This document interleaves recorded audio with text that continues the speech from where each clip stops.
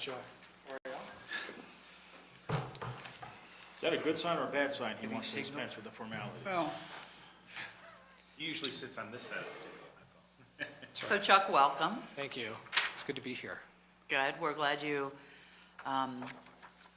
agreed to do this. Thank you very much. We're going to break a little bit from our system of questions. They're not really appropriate for people who have already been serving. So I think what we'll do is more of a kind of a round table with the council, and Councilmember Stallman's on his way, so Okay. traffic gets difficult this time of evening. So wanted to give you an opportunity to, I think, talk to us real briefly about why it is that you want to be Reappointed? Okay. great. reappointed. Thank you. I'd be happy to do that. The council originally appointed me to the Historic Preservation Board in 2008. And at the time, when I applied for the boards and commissions, I indicated some areas of interest, but really left it open to the council for where it was that you felt the skills that I had, if you wanted to use those, would fit. And you appointed me to the Historic Preservation Board, and that has been a very fun role for me. In that role, I've gotten to know Phil and Peggy and Bruce Stallman and now Jerry as the council liaisons, and that's been a lot of fun. And I've really appreciated the chance to get to work on the stewardship of places. And a couple of weeks ago, when you all had the first study session regarding the pending ordinance changes, one of the things that I was thinking about that night was how grateful that I am to live in a community that has a group of elected leaders that do place importance on stewardship of places. I think it's very important to link our past with today and the future. And again, not to live in the past, but to link the past. And I think the vibrancy of the downtown area is a testament to that vision. And I'm really looking forward to hopefully being reappointed and being able to be a part of continuing some of that legacy. A couple of things that in particular intrigue me about reappointment. I think that the historic preservation work has coupled with a very active business community and created a very vibrant economic engine downtown. Some recent statistics and sales tax numbers that I've seen show that the downtown area has been a real bright spot in terms of healthy economic growth. And I think that the historic preservation has played a role in that. I think that the attention to creating that sense of space has been very fruitful and continues. And, you know, it's evidenced by the tavern coming in and investing a very significant amount of money into our downtown, and hopefully that'll continue. My hope is that we can extend some of that same energy both to the south. I think that Arapahoe Community College is an incredible asset in our community that I'd like to figure out how to get more of those 20,000 students out of the parking lots and into the businesses that cater to those folks, as opposed to having them just get back in their vehicles and head on back to wherever they came from. And then also, I think with the, we're really going to begin to see some opportunities really arising out of the light rail station. I personally think that some of the world economic forces in terms of energy and gas prices are going to make things like the Nevada Place apartments more and more intriguing to people. And I look forward to seeing Littleton respond to those demographic changes. I'd be happy to answer questions. I'd be happy to pontificate. I could lecture if you would like me to. You let me know. Council, does anybody have a question? Jim? Well, I'll start off, Chuck. I have said before that I really would like to see the Main Street Historic District be expanded to make like the northern boundary, the south side of of Powers and include both sides of Alamo. And it could still be called the Main Street Historic District, but it does allow some of those older buildings that are on the side streets to become part of the historic district. And I guess the question I've got is, what other types of incentives could we offer to try to encourage people to join the historic district? That's a really good question. And I wish I had a magic wand and really knew what the answer to that was. I ask it because I don't know. Yeah, and I I'm think, searching. yeah, Jim, I think it's the right question. I think the audience for that really is the downtown businesses in terms of what it is that they need. I think that,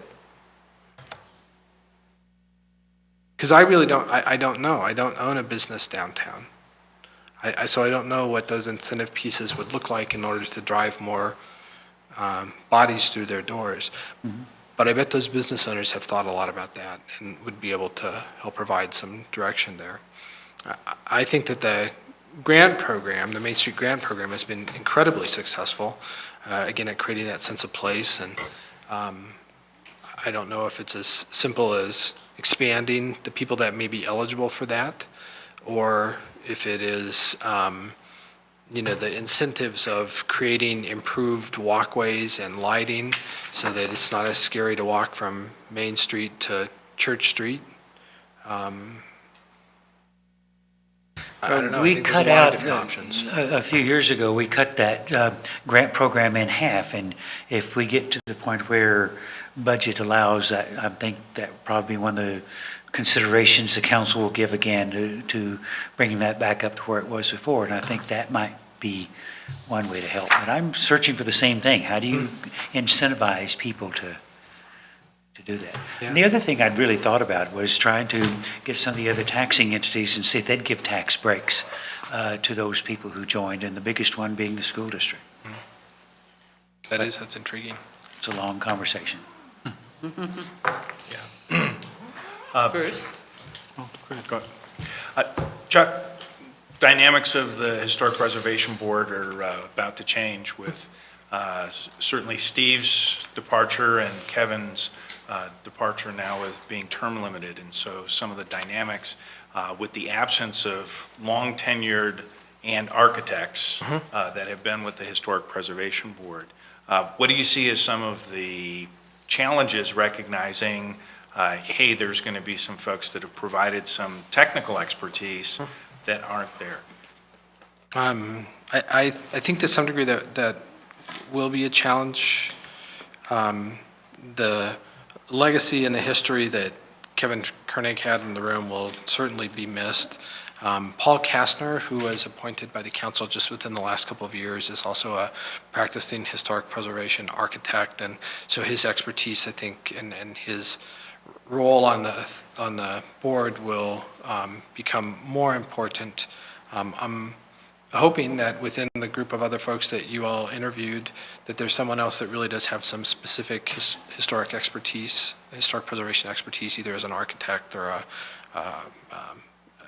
historic preservationist, because that would be really nice to have.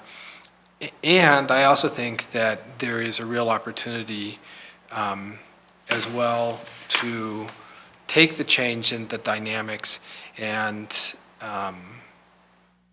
go back and revisit some relationships that I think in the last couple of years have probably been challenged on a couple of occasions, and to try and rebuild a little bit some of the relationships between the board and particularly some of the downtown businesses. And so that's a good opportunity. Talking about your own experience, though, too, you've been a tenured town manager, city manager in the past, and certainly there you have the opportunity to have experienced turnover among key staff, I'm sure. Maybe you could talk about your own experiences in dealing with turnover of tenured folks or technical folks. Certainly those folks that have been instrumental and been driving heartbeats to organizations are lost, and you miss having those folks around. And the good news is that they're a phone call and an email away. in terms of a resource. And then it's really just an opportunity to continue the legacy with new energy. So we're certainly going to miss Kevin. I'm going to miss Steve, and I think I'm excited about some of the things that are ahead of the Historic Preservation Board. I'm excited about the ordinance changes that are coming. I think that's going to work better for staff here. I think it's going to work better for the downtown businesses who maybe have had some uncertainty in terms of how things are going to work, and it'll mitigate some of those risk factors. Bruce? Just in the interest of full disclosure, I spent part of this morning with Chuck interviewing him as part of my responsibility on the task force that's looking into boards and commissions. So I did spend some time today talking, not particularly at all about his reappointment, but I do want to point out that he is the vice chair of the Historic Preservation Board at this time. You. Anybody else? I do. Gary? Currently, you're serving on the HPB board. If you have a different opinion than the rest of the Historic Preservation Board, are you willing to voice that opinion? And if so, how would you go about doing that? I am. I've always been a believer that always having consensus is not always a good thing. I think that you can have constructive tension, and even at times a good row and a dissenting vote is good for the population, as long as it's more important for people to know that it's important to understand where folks are coming from, and recognizing where folks are coming from is sometimes more important than agreeing with where they're at. I would have no problem dissenting on an issue. I was actually pleased last week in a vote with the Historic Preservation Board. An issue moved forward on a 5-2 vote, and I was very pleased that 2 people had the courage and fortitude to say, no, I don't agree with that, and that's a good thing. Thank you. I have a question for you. Hmm? Let me just finish writing this. How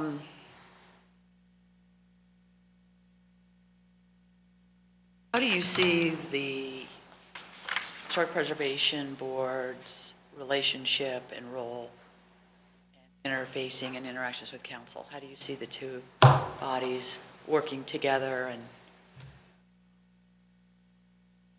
how the two organizations have their sets of marching orders, and how do those parallel and cross over and work together?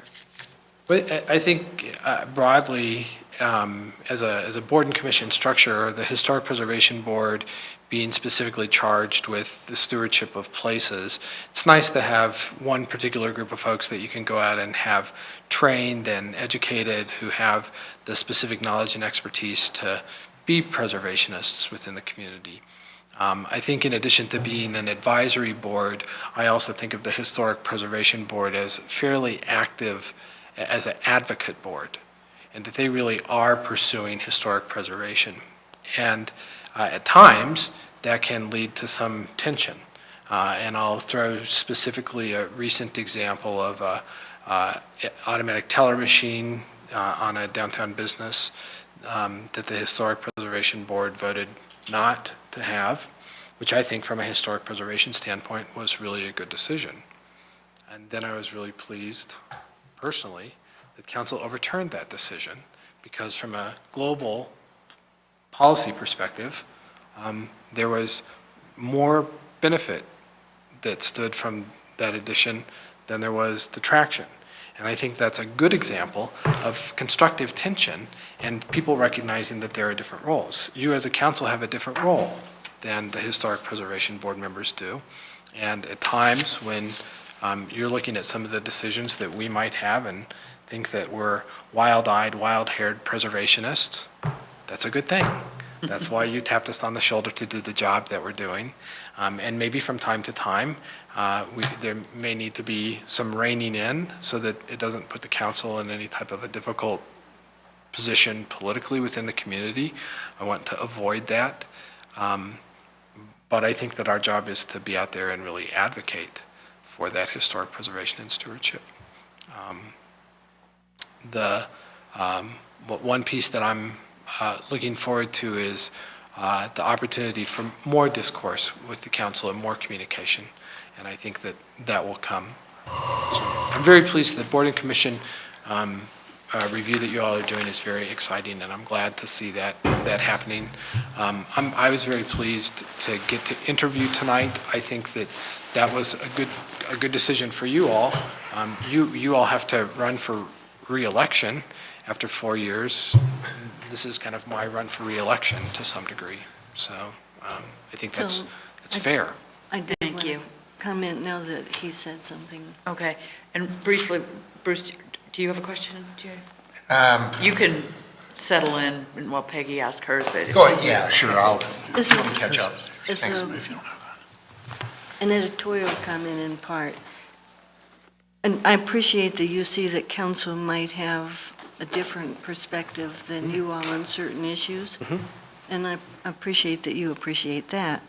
But on the example you gave, although some people commented on the economic advantage of putting that ATM in,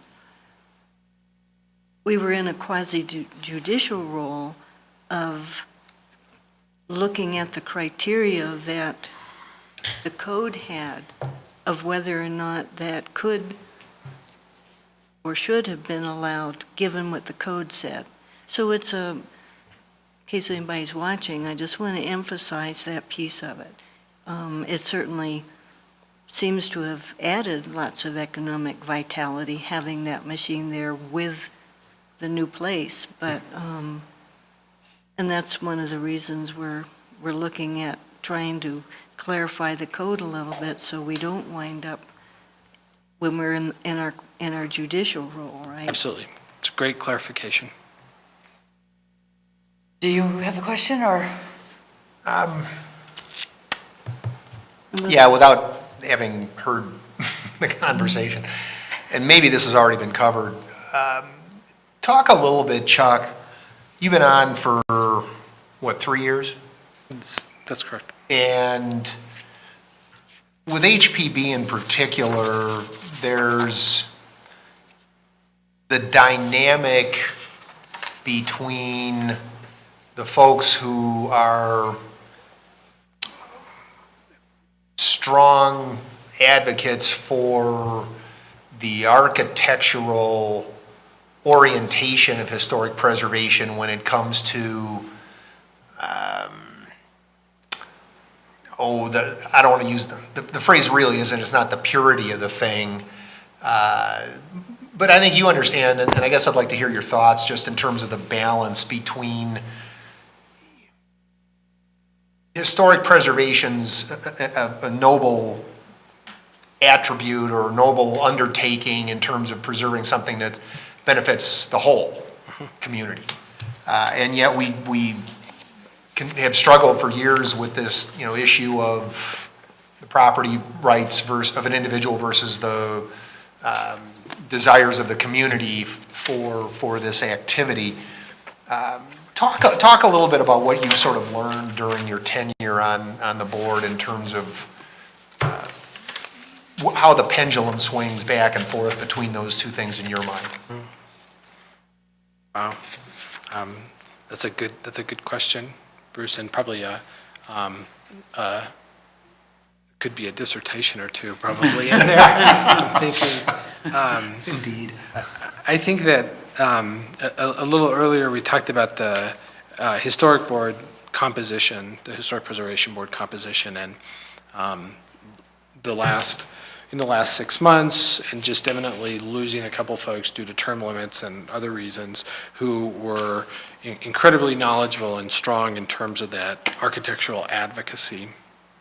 And I think that a lot of the vision and the skills that they brought to the Historic Preservation Board really have created this incredible downtown. There's an incredible strong vision, and you need people who have that incredible vision to move items forward, and I think that that has happened.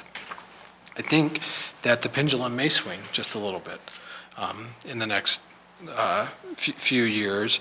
A lot of perhaps the facade improvements, the bar has been set, and the wheel is really in motion, and I think that additional changes that you're going to see in facades downtown will match what's existing. Other new construction, if it happens, will match the standard, again, that was set by new buildings that have been built on Main Street. And hopefully that can get expanded into other areas, moving particularly south. And I think the balance between the private property rights and the vision for where you want things to go as a community is always going to be a struggle. And I guess if it wasn't easy, everybody would do it. But Littleton has an incredible downtown, and anybody in the metropolitan area is aware of that fact. And if you ask anybody anywhere what they think of Littleton, they will tell you, I love your downtown. And so that vision and that pendulum swing has served us well. Thanks. Thank you, Chuck. Appreciate you coming in. Thank you for your years of service on the Thank on the you. board. We appreciate that, too. So we will, after the interviews tonight, we'll Talk sit about here and everybody. discuss what we're going to do, and then Yes. Good. we will have, next Tuesday, we will, we'll definitely let Wendy know First tonight, one and we then waited. you guys will all be told, and then we so we will just have to Okay. make it official next Tuesday, All right, that sounds great. because it's April, There's it a new all sheet. starts, so. I'll look forward to hearing your decision, and thank you for letting me serve. Y'all Thank have a good you. night. Thank you, Chuck. Thanks, Chuck. Hey, man. Good job.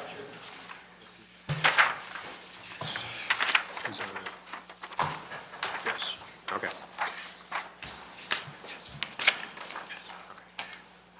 Next is Kurt Samuelson. Yes. Kurt Samuelson, Go ahead, Bill. Planning Commission. Ready for Kurt? Yes. Okay, I just wanted to tell, if you haven't eaten dinner, did you want Jimmy John's?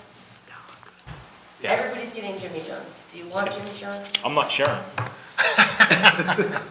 I have a menu for you. Oh, tuna. I'll bring it. Are you sure? Yeah, that's fine. Okay. Thanks. What'd you say, tuna? Yeah. Why did she say, are you sure? Was this, I'm sure, you sure? You want Jimmy John's? Apparently She nobody knows what orders they tuna. put in the tuna. The two Bruces are doing tuna. Oh, is that right? See, well, there you go. Council? Hi. Hi, Kurt. How are you? Welcome. Good, how are you? Great. Good. Thank you for coming in, we appreciate it. It's too nice to be inside. I know, we should go out to the, what is that called? Courtyard. Courtyard. I was going to call it a patio. Well, thank you again for coming in. We appreciate it. And we're going to break a little bit from tradition and not do our regular questions that we do for clearly they're not as applicable since you've been serving on the board already. And I think we can probably be more specific and pertinent in our questions regarding that. The first question I wanted to ask is, give us a little bit of a, tell us exactly why actually you are wanting to be reappointed. Good question. Sometimes I wonder myself. Yeah, really.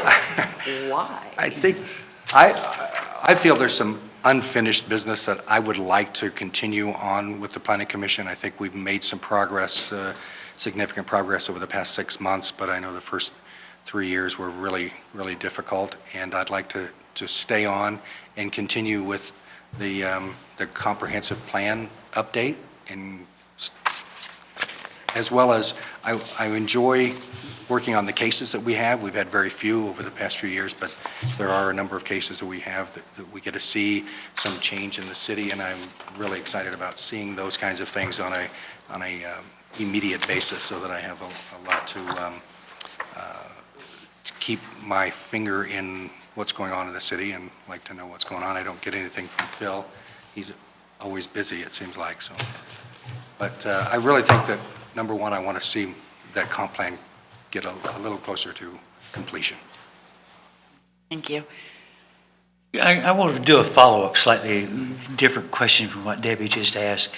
You've been on the planning commission for a little over 3 years, I think, something like that. Almost 4. How effective do you assess yourself to be on that commission?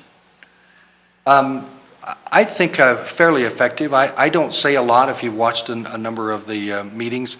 When I do say something, I think I have good input. There are others on there that say a lot and get very little out of it. But I think I've been pretty effective, and I think when I do have a comment, it's usually very direct and to the point. And then I think trying to get the others on the board to go one way or the other, I think I've done a good job. So you use skills to try to change people to your viewpoint? Yeah, I mean, I have an idea of what I think is right, and obviously there's 6 other people that are looking at that same thing, but I think I try to get them to at least move in a different direction if I think they're off course.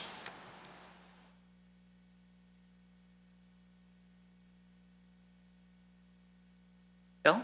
Kurt, over the last 3 years or so, there's been quite a bit of opportunity to learn a little bit about, I'll refer to it as master planning that might occur, and certainly around the comp plan review. And who knows, over the next 3 years, we may see some action with regard some of the larger properties that may be looking for rezoning or changes as that occurs. So everything's not just the comp plan. It could be actually taking a look at what you referred to as projects, some of those actually being larger projects. Do you have any place where you can talk about what you've learned in the last 3 years and applying that going forward to maybe towards visioning for some of our larger properties yet to be developed? A really steep learning curve when I first came on the planning commission. There was a lot that I didn't know. I have a background in the mortgage industry. I've been 29 years in real estate finance here in the Denver area. But it was very interesting, the different zonings. I knew there were different zonings, but I didn't know where they were in the city and how that really affected a lot of things. The different zonings in the downtown area were really interesting to get into, and the B2 and the CA zoning. Those things were very interesting, but the design standards and guidelines were something that I didn't really know anything about until I got on the planning commission, and those can really help form development in the downtown area, especially because that's where those design standards and guidelines are, just for this area. But I think that it's a wise idea to have those kinds of guidelines in other parts of the city, that we have specific design standards. If you got a planned development, PDO, they're pretty much setting what they can do, and that's all taken care of through DRC. But it's a lot of things that I've learned that I think will really help going forward whenever we do have a project like that come on board. If the old Marathon property comes back, and there's a lot of talk that there be some changes to that PDO, I think I have a good background in zoning design standards and how those things work and how they interrelate to what goes on in the rest of the city. Peggy? Yeah, I'm going to tease you a little bit here. I think you said you'd like to see, you're looking at the comp plan, right? And I think you said something like you want to see more of it get done, or whatever you said sounded like you didn't think it might get done in the next 3 years. Oh, no, I didn't I mean, mean to that's say what that. I was sort of hearing. No, I didn't mean to say that. I think it can get done. I think with, now that we have a community development director on staff, I think it was some good direction from Glenn. I think we have the ability to move forward fairly quickly. I still think it's an 18-month to 24-month process to finish out the rest of that comp plan. Okay, I mean, I can hear that, but hopefully if you were reappointed, you would survive longer than that, so, right? Yeah, I would hope that we could get that within that 24-month timeframe. It would be my goal. sooner the better, and I think we need to lay out a certain time plan going forward so that we can try to stick to that plan. With any construction plan, there's always some time when you're off your time frame, but I think if we set a plan and try to stick to our time frame, then we have a much better chance. And certainly with Glenn here, I think he's given us a lot more direction on how we want to go. Quick follow-up on that. It's my understanding the Planning Commission has seen Glenn's plan to move forward on the comp plan, which does outline timelines and participation and has it kind of finishing within a year. You have seen that? We have seen that. Okay. Okay. Jerry? Great, Or thank you. Bruce? I don't, No, go ahead. okay. Thank you. Since Bruce was later than me. I know, that's right, I'm So sorry. I get to go first. What do you think the role of the planning commission should be in the community as far as maintaining and enhancing the neighborhoods? Maintaining and enhancing the neighborhoods for the Planning Commission. Well, you know, what we have purview over is anything that's changing that isn't already meeting certain guidelines for the city. So a PDO, if they're changing zoning, they're making a large project change. So individually in a neighborhood, unless someone has needs a variance to build a larger home than what the lot size would allow, we probably wouldn't see too much in a specific neighborhood. Now, if you're talking about neighborhoods in general where it includes some commercial area, then yeah, we have some purview over that, and we would see any kind of plans that come through. But if it still meets the PDO, it will go through design review, and they'll take care of it from there, and we won't see anything in those areas. Great, thank you. Another question? If you had a different opinion than the rest of the board or planning commission, are you willing to voice your opinion, and how would you go about making your point? By dominating conversation? What would you do? The dominating conversation is not my style, but I would certainly make my point known, and that I would tell them that I disagree with their opinions. But it is a group that has to come together, and you know, we don't vote as much as you guys do, but at least we do have some votes, and the people will move forward on those votes. But if I'm, you know, have something that I'm very adamant about, I would try to push that a little more, but I'm certainly not a verbose participant at the meetings. In your written, my last question, in your written statement, you had wrote, "I am concerned about my city and its status in the metro area."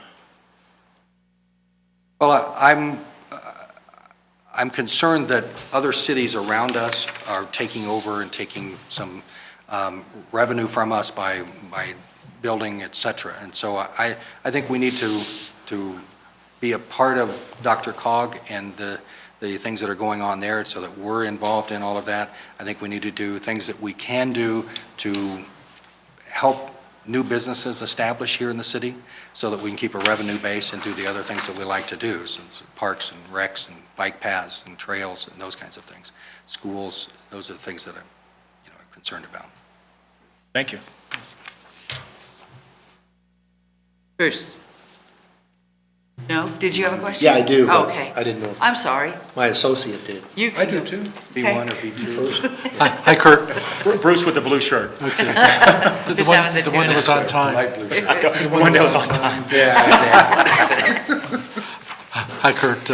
You touched on it, that it's a steep learning curve, and with your 1 year as an alternate and 3 years on the commission, you are now an old hand. And so Yeah. your learning curve should be somewhere at the top there, but you have the potential of 3 new members coming on.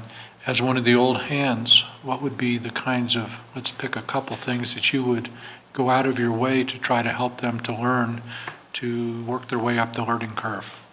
I think it's important for the new members to first read through the current comp plan, and then read through a lot of the information that we prepared in the new downtown area plan. But also look at zoning and how zoning affects those things and the design standards and guidelines that we have downtown, but just getting a better idea of the entire city. You know, one of the things that I've done a number of times over the past 2 or 3 years is just drive the city, oftentimes stop and get out and walk through and see what's going on in the areas that may be developed down the road along Santa Fe in the downtown area. So I think they just need to be aware and understand zoning issues, design standards and guidelines, and look at the properties or the areas that might have change, the areas of change coming up over the next 4 to 5 years.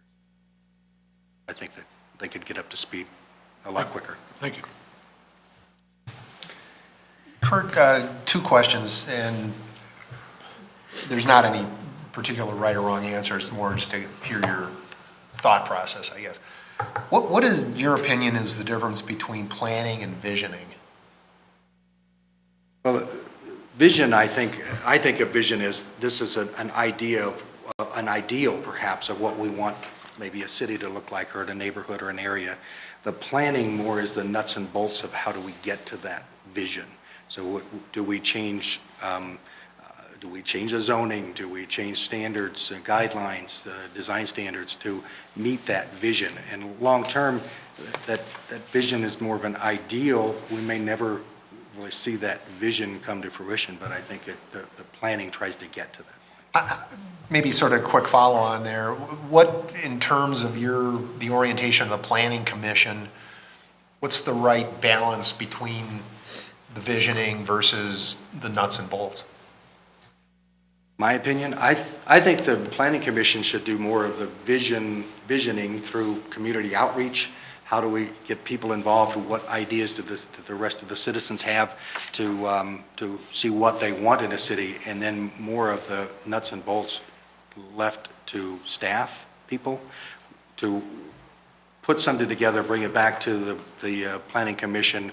We hash through those things and have a better idea, and then we come to an agreement that this is what we want to see. Okay. And then the second question, does downtown have a parking problem? Depends on who you ask. Yeah, I'm asking you.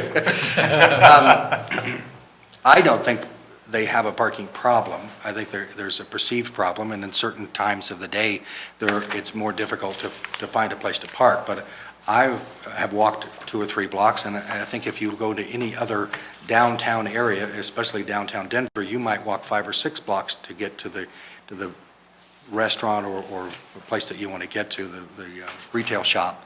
I think that there are some things that we can think about going forward for parking, but it's who takes the lead on those things. I'm more of a private rather than public, and I'm more of the business, thinking that businesses need to do at least more than half of any kind of a parking solution. You know, they're the ones that are really going to benefit from people being able to park downtown, the businesses. And if you go to any other area in the city, if you go to the Aspen Grove, they've taken care of their parking and they charge each of the business owners to have that parking down there. So I think it needs to be some kind of public-private, perhaps, parking solution. But What is that, are you envisioning something like a business improvement district that, in the football? I think that might be an alternative. I think that we've got a long ways to go to find out whether that makes the most sense. But an improvement district where you've got some tax and you can issue some bonds to put that together and build some sort of a structure, where that would be is another great question. Is that part of the comp plan outreach? I think it should be. I don't know that we've really touched on parking so much in our outreach, but I think it should be in part of that outreach to the public. We talked quite a bit about it in our initial meetings with the stakeholders downtown, with the business owners, property owners, and then those that live in the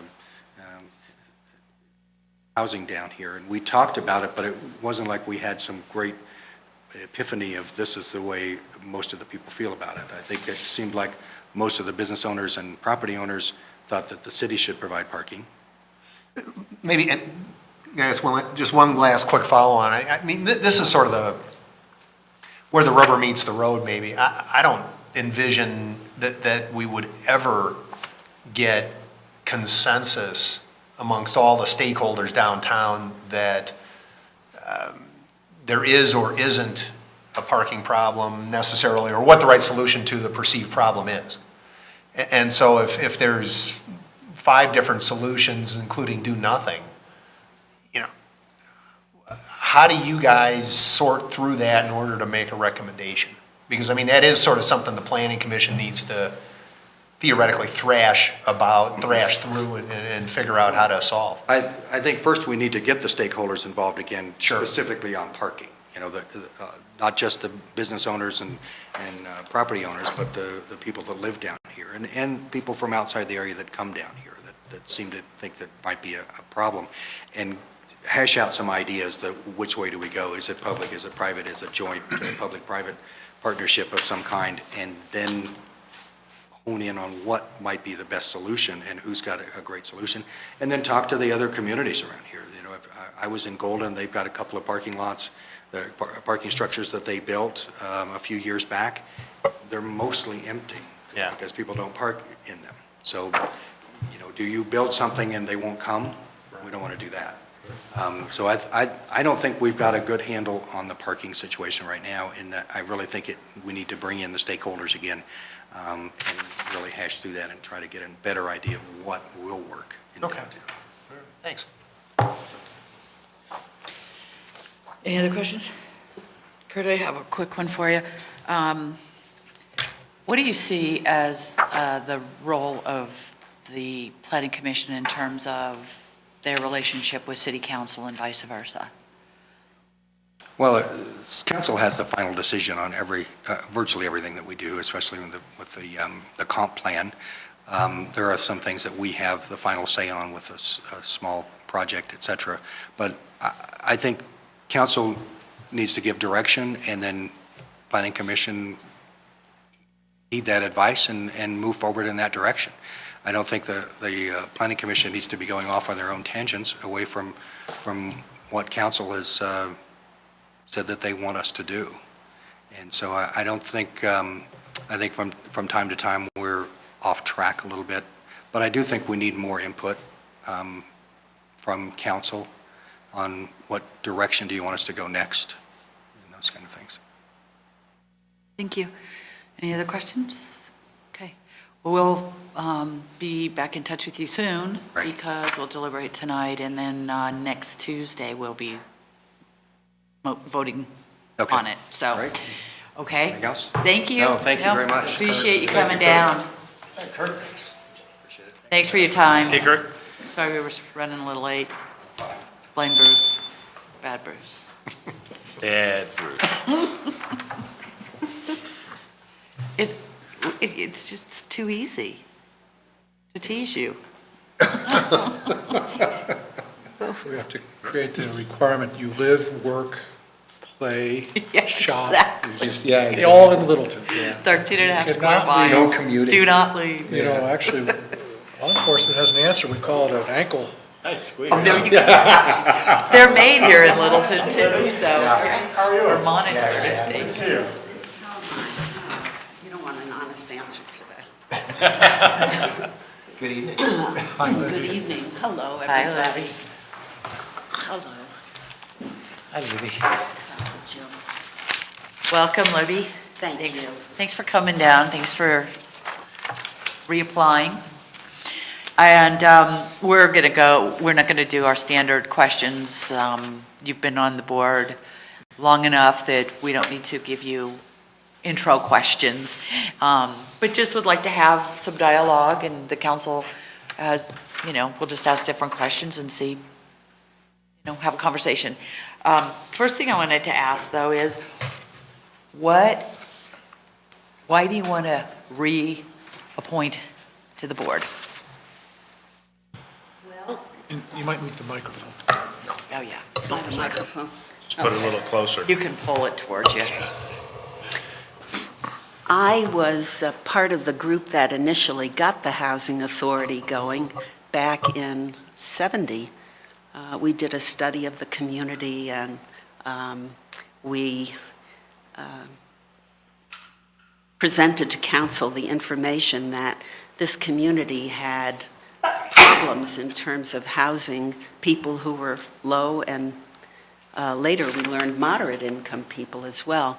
So I began with that commitment and the love of the ability to be creative, to deal with housing needs. It's a basic human need that people have. And when housing is good, it allows a citizen to think of other things that will allow them to progress in life. Initially, when we began building housing, people would live in our units perhaps 6 months to a year. Often they were then moving on to a community college, ACC particularly, and they would be able to establish themselves in the community as good wage earners, et cetera. Didn't need that kind of assistance any longer. But times have changed. So it's important with the changing times to be creative. And I love that aspect of being on the board. We, as you know, are looking at a rental rehab program now. And we have a few other ideas. We've talked with some people in the city about other endeavors, shall we say. And I find that very exciting, stimulating. I believe I have good communication skills, and some of our ideas have not always been well received by people in the community. So I pride myself on being able to listen to people who disagree with us. I was at the Emerald Point community hearings, and I know that there are going to be people who don't always find the possibility of the Housing Authority doing something good in their neighborhood, what we considered good in their neighborhood, easy to accept. So I also think that I know when to back away, as we've done with Emerald Point, and when to pursue something, as we're doing with the Power Circle project. So it's exciting to create. Thank you. Welcome. Jerry? Yes. Hi, Libby.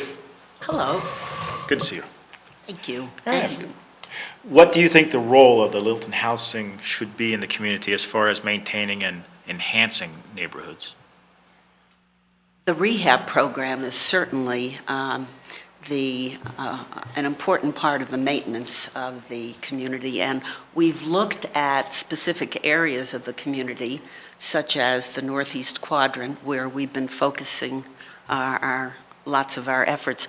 But there are parts of the community, the rental portion is something that we've looked at, and rehabbing homes throughout the community that are owned by people has been an important part of both maintaining and it's not as possible now to build from scratch, and that isn't particularly as much the need. It really is more maintenance and rehabilitation. Another question. What do you think Littleton Housing Authority's role is in affordable housing in the community?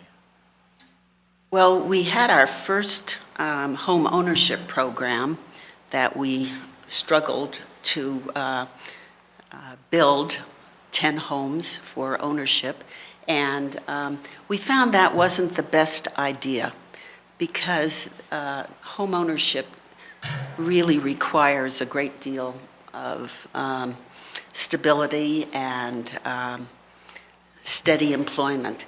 So affordable housing now means that we're, for example, with Power Circle, there'll be apartment units that are available for people with certain incomes, and we're feeling good about that. My last question is, if you have a different opinion than the rest of the board, are you willing to voice your opinion, and how will you go about doing that? Well, I am most certainly willing to voice my opinion. It brings to mind a question that we were confronted with a number of years ago, because I've been on the board for a long time. And I pride myself on having a good sense of ethics, knowing what is right versus what ethically may not be correct. Something may be legal, but it's not ethical.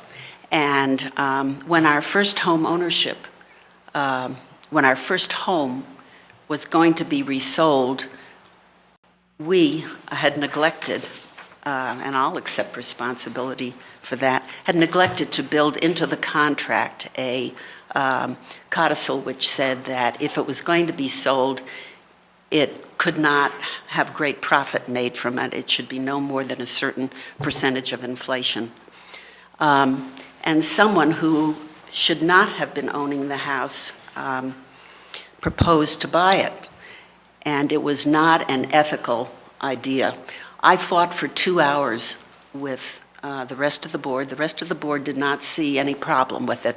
This is a capitalist society, and we ought to be able to invest where we can invest.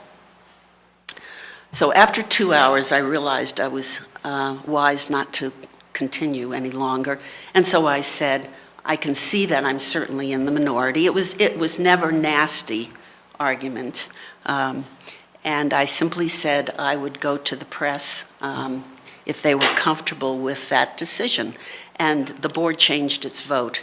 Because when it did look like something wasn't ethical, it was legal, then their minds, we all changed. It never damaged the relationship that we had with each other. And I take great pride in the fact that I feel strongly about doing things right. Great, thank you, Libby. You're welcome. Bill? Libby, applaud you for doing things right, and at least wanting to. Sometimes. In dealing with the Housing Authority, money comes from different places, and sometimes funds comes with strings, codicils, as you might refer to them as, or easements might be something that a land use person would refer to them as. Is there any kind of strings or codicils that would come with money that you might say Littleton shouldn't touch that money? You mean the city? Well, the Housing Authority. I don't believe we've ever been presented with something that didn't feel right or seem right, Phil. And I'm wondering if you have an example of where the money might come from that would not be.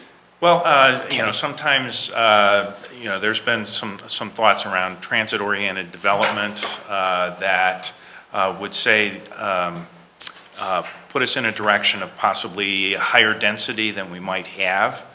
Is that something that we should be, thinking about, concerned about? That's one that's I've heard discussed, not necessarily for Littleton, but are some of those things that are happening in Denver where they're actually getting some, I'll call it a national pool of money with an anticipation that there's going to be an increased level of density that comes along with that development. There's a character to Littleton which I think I've been a part of respecting, appreciating, and loving for the years that I've lived here. And I don't know about Denver because Denver's problems are different than Littleton's to a great degree. But certainly, I would not want to change the character of Littleton. Anybody else? I have just, Bruce? hi, Libby. You have the potential of having 2 new members on the board, and you're an experienced member of the board. What kinds of things, let's say 1 or 2, that you would go out of your way to tell them at the very beginning to help them get through that steep learning curve that they'll have as a new member? Well, we have now developed, well, for a number of years, a good orientation. A tour would be an important first step, and looking at the different kinds of economic ways our housing was developed, I think that would be very important for a new member to understand. Like the League of Women Voters, the alphabet soup in HUD's repertoire is extensive. So when we've had new members, when I can remember, I will, when some abbreviation is brought up, I think that I try to remember at least to say, this is what that means. But we do have an orientation now.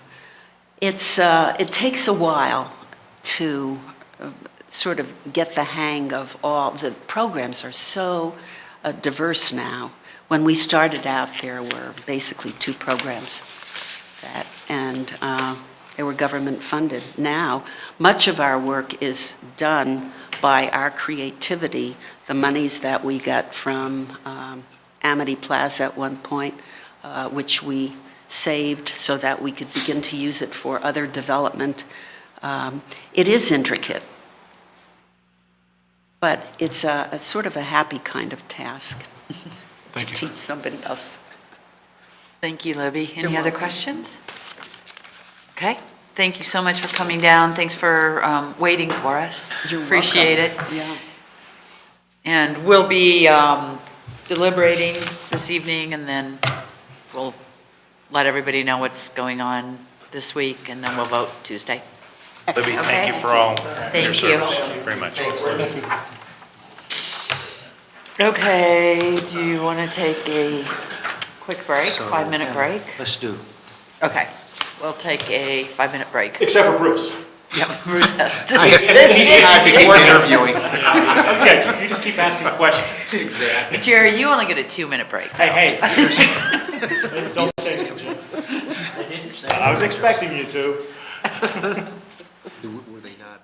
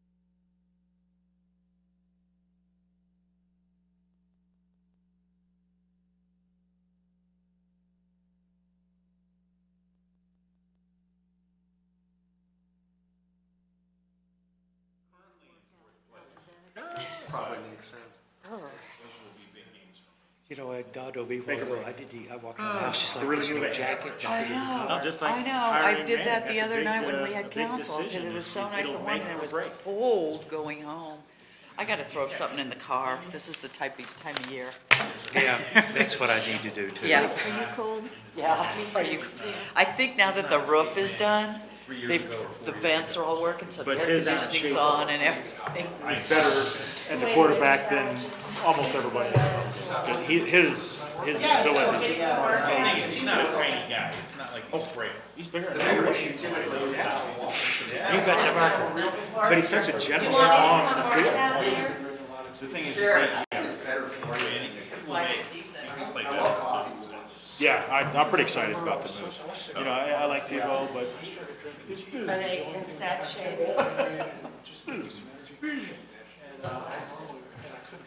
That's permanent. Right, that red one's permanent, you haven't opened it up. I just beat you here,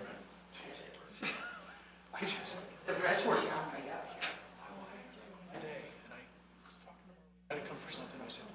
Because it says it, Central visibility. like right where the But shirt. see, that's the reason why somebody used the wrong marker, Yeah, so why did it even? why they even bring them in here. No, the black one was not. The black one was actually a, The red one's well, the red one was not. is a dry erase. But Jim, It's in there, it's Jim? because somebody was using it on one of the Flip charts and it got left. They do make them now that are, that you can use them both, so. I didn't have a confirmation date on it. All right, you guys ready? Ready, Freddie? Yeah, man. Did you signal?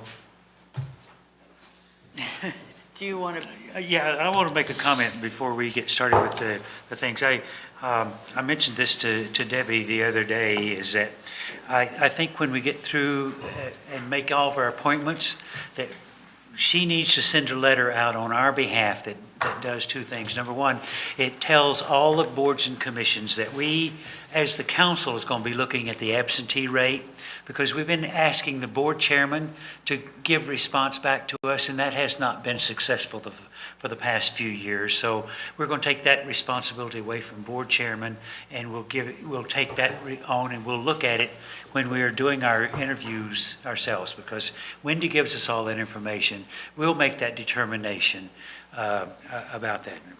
The second thing is that she should tell, that the council is from now on going to interview everybody who is asking for reappointment. So this time, we only did 3 committees, the 3 that had the most applicants for, and but I think we need to tell everybody in the future, we're going to interview everybody who's up for reappointments. She sends that letter out on our behalf, and not with the booklet that goes out, but as a separate letter. What do you think? so I think so. are we debriefing then? Is this part of the debriefing? yes. Oh, okay. And we'll get to that. Jim just wanted to bring that up, and I actually think it's a good idea. I think one of the things that is difficult, when we were dealing with the absenteeism before, the liaison would sometimes bring that information in, but yet then we weren't having support from the board or commission chair, and so then it became, oh, who should really be doing this? So we turned it over and asked the chairman to do it. But I think that maybe putting some undue pressure or stress or Well, just clar- asking someone to do something that they may not feel comfortable doing. So and- clarify, how would the attendance be taken and conveyed? The attendance is currently taken at every meeting, and we have already done away with the excused, unexcused, but I'm not sure all the boards and commissions do that, understand that, so we'll make that clear in the letter, that an absent, and then reiterate So, what the and- policy is for. So the minutes would show who's present, who's absent? And then who would be translating? Wendy would translate that, or? Well, she sends did that, it it's in now. your book now. It's in your booklet now about the attendance. No, I know that, but if who is going to be compiling it, is what I'm Wendy does asking. the book for us. Well, yeah, but where is she going to get the information? Is the it boards from and from The the commissions. boards and minutes? commissions. That's what I just was Yeah. Well, asking. everyone I've ever been to, they've sent an attendance sheet around and people sign it. No, that's what I'm asking. So that, Wendy would then be the one that's keeping track of that. Yeah, we're not That's- keeping track. No, that's all I was asking. And Wendy is keeping track anyway. Yep, she's keeping track Yeah. anyway. I think what we do is we make it very clear to each of the people too, that these are the expectations. That this is, we were, and when we interviewed you, you agreed that you could meet those expectations, that you didn't have conflicts. And we do allow for some absenteeism. You have to be generous and, understand that people have lives, but, there's some, looking through here, there's some attendance problems, and what it does is it just puts an undue burden on the rest of the committee, and so we have a responsibility to keep these committees healthy and lively, and everybody working together and not having it lopsided, so. Well, in the proposed board commission handbook would have them sign that they accept the charge and the attendance, all of that. So they would sign that piece. Everything in the guidelines. Right, yeah. And so that then is their commitment. So, okay, everybody's okay with that? Sure. Okay. So, Steve, anything else? And Well, yes, but it's probably, I'll wait till the end to talk about it. Okay. I'll change the name of one of our committees, so. Which one? No way, you can't do that.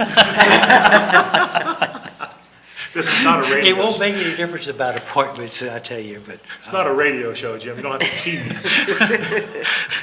Get you to look at 10 o'clock news tonight. In the first 5 minutes. Okay, so I think the best way to approach this is head-on.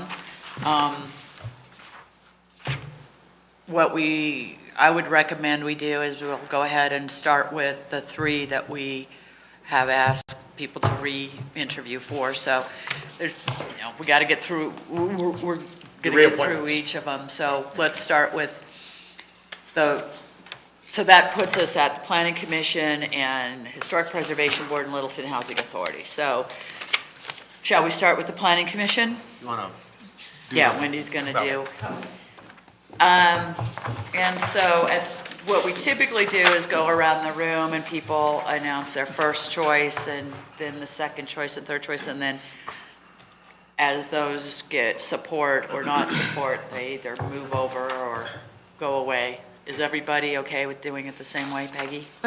I think it might be easier, at least on my brain, if there are X number of openings, to identify X number of people, get those up there, and then see who would get which term.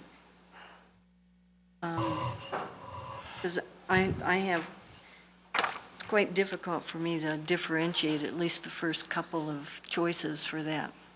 So like the Planning Commission, there are 3 spots right now. You're saying to do all, There's actually well, actually 4 spots. spots. So you're saying to list your top 4 people? Yeah. That's fine. I would- All I at would one like- time. I would like to do that too, rather than prioritizing those folks. I'd like to say, Okay. this is my group. Okay. It'll be fine. You'll Okay. work out. That's sort of the same It's way, sort- it's just doing it I'm not, a little I different. agree with Peggy, I'm not comfortable differentiating a 1 and a 2. Okay, first choice, second choice, okay, that's great. All right, so is everybody okay with that? We'll Yes. just give our top 4. Okay, and the top 4 also includes Kurt. It also includes Kurt. So who wants to start? Will. Jim? Randy Duzan.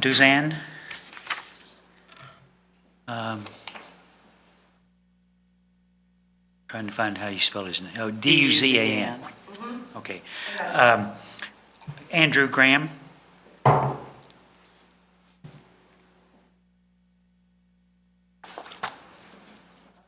Mark Runitke.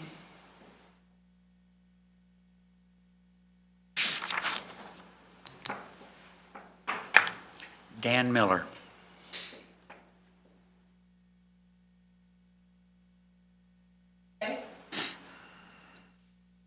Who wants to go next?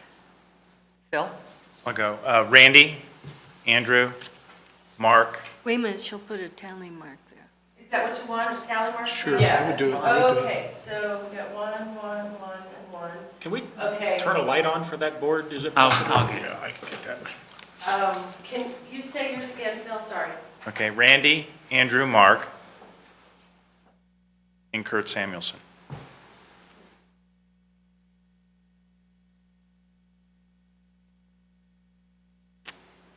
Who's ready? Okay. Jerry? So I agree with reappointing Kurt. Okay? Are you trying to turn the light up there? Hit the top button and hold it down. There they go. Excellent, excellent. Thank you. Thank you, Bruce. You're good, Bruce. Thank you. Okay, and then for the new appointments would be Renicki, Duzanne, and let's see, I think on the other one, I'm looking at, let me get back to my final one. I want to go back and look Okay. at a couple things. I don't want to hold it up. Good Bruce or bad Bruce?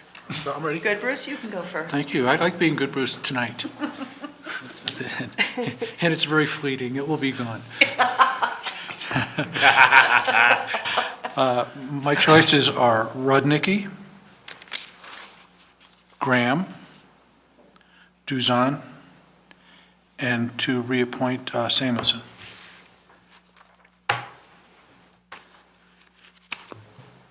Bruce? Yeah, Duzan, Rudnicki, Graham, and Samuel. Peggy? I need to double check on mine here because I think I screwed up on somebody. Okay, I'll go. Graham? Suzanne? Hales? William Hales? William Hales. And Miller.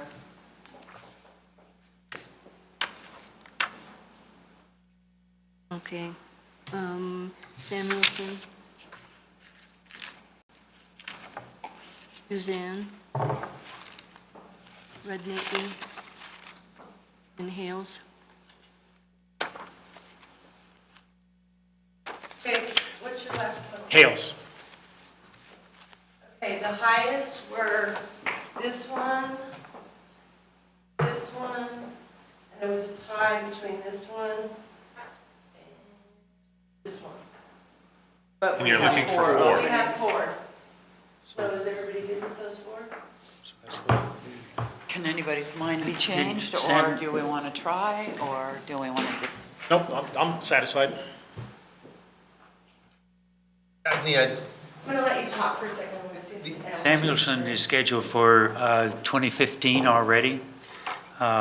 So, and we got 2 others for 2015 and 1 for 2014, which would be alternate number 2.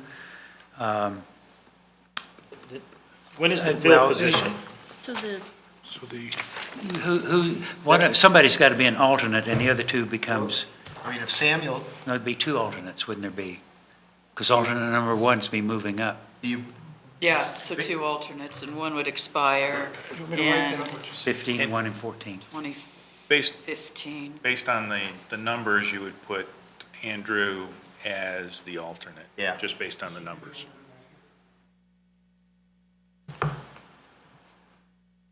Is alternate, We need 2 we need 2 alternates. alternates. Well, based on the number, Samuelson would go back to an alternate, Wait a second. which we can't do. Is there an alternate 1 now? That's who's moved up already. Because Oh, okay. Gallagher Had to resign. resigned, so that moved an alternate up that we had not replaced. Are you comfortable with me erasing this one and this one? Yes.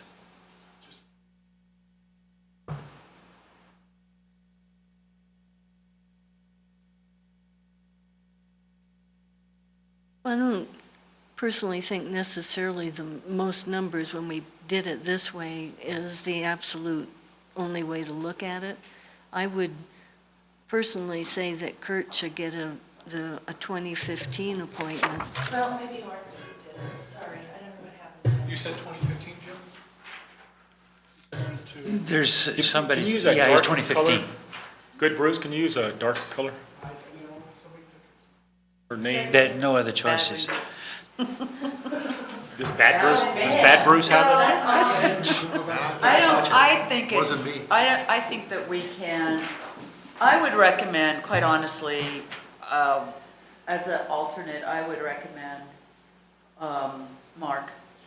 And let me tell you why I wouldn't. I would like Mark to be a full member, because when I look at the numbers, there's 4 people, well, there were 4 people from District 2, but District 1, does it have any from District 1 currently? You know, I don't. Matt? Yeah, so I would like to see District 2 be represented on a more balanced. Well, I don't, And Mark is bringing in some good experience for a comp plan. I just think it'd be worthwhile. I guess I don't have an issue with which district they live in. I'm hoping that they get up there and represent the community as a whole. My concern on Mark was, I felt that during the interviews that he had he brought a great deal of, for lack of a better term, I'll say, and this is really, I probably shouldn't even say this word, but 4-year-old baggage of what that planning commission was doing and the way things were at that point. And there's been a lot of change. I just feel, it seems to me that it might be good for there to be a little bit of more of a ramp up on the way things are, we're currently operating. I felt like Mark had a lot of information, but I wasn't certain that I didn't feel comfortable that he was coming in a learning mode. He was coming in more in a teaching mode, and I felt that it might be a good idea to take a step back and ease into. I hear what you're saying, Deb, and so I think the proposal would be to have Andrew and Mark be identified as the alternates. I would agree with that. Is everybody okay with that? Wait a minute, so Andrew and Mark would be alternates. We have an alternate for 2014 that would expire 2014, and one would expire 2015. So, Well, may I? Go ahead. I'm sorry. Is Dozen, he's the individual that he brings in a lot of experience with government, doesn't he? Wasn't that the one? He's a planning and development, urban, regional Yeah, planning. I'm concerned that we put someone that's too heavy on actual planning versus, say, an architect, which Mark is. I'm a little concerned putting somebody who is more of the urban planning right up the bat on the full membership. But on the other hand, we are a infill redevelopment community, and urban planning is going to be one of the things that's going to be happening in Littleton for the next 20 years. And I guess from Randy's professional background and all, is also as a landscape architect. Planning's kind of what he's moved himself into, but he has some pretty practical background is what I require, is dealing with the actual projects. I guess I need a picture of the guy to make sure I'm thinking the right person even now. that I think about it. Second night late. well, yeah. He was And last, keep in mind that the alternates are full When someone's not there. discussion, all of that, they just do not vote. Mm-hmm. But they are fully contributing on all levels except for that vote. Right, and they move up to the quorum. They move up to the 7 if And if there's an there is an absent. absenteeism. So they kind of do have to hit the ground running a bit too. so. I'm thinking of somebody else. Anyway, withdraw that from my statement about Dozen. It's not what I was thinking. Wrong individual. well, I want to comment on We'll Mark. work to correct you all night. One of the, Mark made some comments that I think show that he has changed perspective a little bit from several years ago.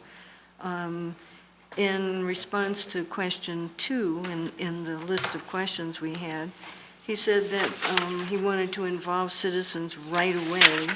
When he was on the commission before, it was last minute. He didn't think that was good. He talked about vanilla ideas and not local ones. I mean, anyway, so I think he's strong in the involvement. Another thing is, if things come before the commission that have to be decided in terms of zoning and so forth, he's already fairly up to speed then, so. Who are you talking about again? I'm sorry. Mark, yes. Yeah. Thank you. So I see him as stronger than an alternate, than somebody else who's learning the ropes with that commission. Bruce? I'm going to, I think, agree with that. My sense of Mark, I respect your point. By the same token, I thought he's got, it'd be hard for him not to be colored by what his experiences were. By the same token, he struck me as being very well-versed and articulate in the breadth of the community. And I think our issue here is we want these guys to get traction and move forward in a, we need him to cover a lot of ground quickly, and I think that he can bring a lot to the table in that regard, and I don't really, my sense is I don't really have concerns that he's gonna, I don't know, backslide by virtue of the fact that it is a new culture on the, there's new direction, there's new people involved, there's new staff, there's new council, so forth and so on. I just think he's got the skill set to really add value. I think he can add value as an alternate. One of the things that he said, he's absolutely out of touch when he made comments about Woodlawn Shopping Center. About, Yeah. excuse me? He called Woodlawn an I've got it written down, an underperforming shopping Yeah, center, and that absolutely. couldn't be further from the truth. But Yeah. It was when he was on the council. Right, but it's not now. if we talk to Chris, though, he might have a different opinion on that. Well, we got the information Well, from talk to the Chris. merchants out there. I mean, and what's underperforming, Yeah, that's, according to who? yeah, exactly. That's what I'm saying. Do we run a straw poll around on that, just a show of hands? Because Or we've a- got some diversity of opinions on Mark and let's keep in mind, an alternate doesn't mean that they don't get to come until somebody's gone. They're there, they're participating. It's just a voting position. But if you I look, don't- go ahead. There's two of them open, one's 2014 and one's 2015. He could go to the 2014, that's position. So, Jim? But if you look at the way we voted tonight, Duzan got 7 votes and Rudnicki got 6. So Duzan should go in as the other full-time planning commission member according to the way we voted up there. And then the 2 alternates had to decide between Rudnicki and Graham. And if you look at the votes again, Rudnicki would go in as alternate 1 and Graham is alternate 2. Help me understand the logic for not having Kurt go back in as an alternate since we re-interviewed him straight up anyway. I mean, I respect that he's on now, but why can't we put him in as an alternate? Good. Well, based on what you just described, I mean, if 6 of us, the 2 top vote getters were Mark and Randy and Mark, which I think you can make an argument, those are the ones the majority feel the most comfortable about, relatively speaking. I think we have 3-3 right now. Bruce, where are you on Mark? I appreciated what you said about giving him a chance to reset, and that might be helpful to him to do that. I also respected, though, that he had that experience. He wanted to get back in the game. He was an architect. He's experienced in doing those kinds of things, which makes him very strong and ready to participate and vote, but I appreciate what you said. So I'm really going, I could go either way. I truly could. I'm uncomfortable with saying that Curtis continues to be an alternate. I think there's nothing like proving that you can do the job other than doing the job, and these others are potentials for doing the job, but he has been doing it, and I think that that means something in spite of the vote. So I'm troubled by saying that Kurt would be an alternate. I can understand your issues with Mark. Randy clearly is the first choice. And Andrew, is in the middle. So I want to hear a little more on why Mark would be an alternate, I guess. Well, another one of my thoughts, though, with Kurt, and is that, yeah, we could put him back as an alternate, but I feel like Kurt, it seemed to me tonight that I think he wants to be a greater contributor, and I don't think if we put him back to an alternate, that he would feel that we were supporting that. I agree with that. So there's a concern there. And in terms of Mark, I just think that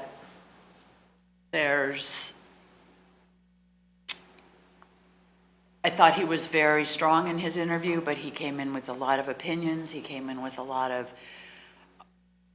I felt, it's my personal opinion, a lot of preset things, and I just have a real concern with that when you're getting into really, the planning commission is right in the middle of a whole bunch of work, and when you come in with that, I just don't know how much that can shift a lot of the dynamics that are going on, and I don't know, I just don't feel, I would rather see Mark come in as an alternate at this point. That's I guess the negative part that you're talking about Mark's comments, I think he was referring more to the behavior of the planning commission, how it's been over the last many years, since there was a turmoil a while back.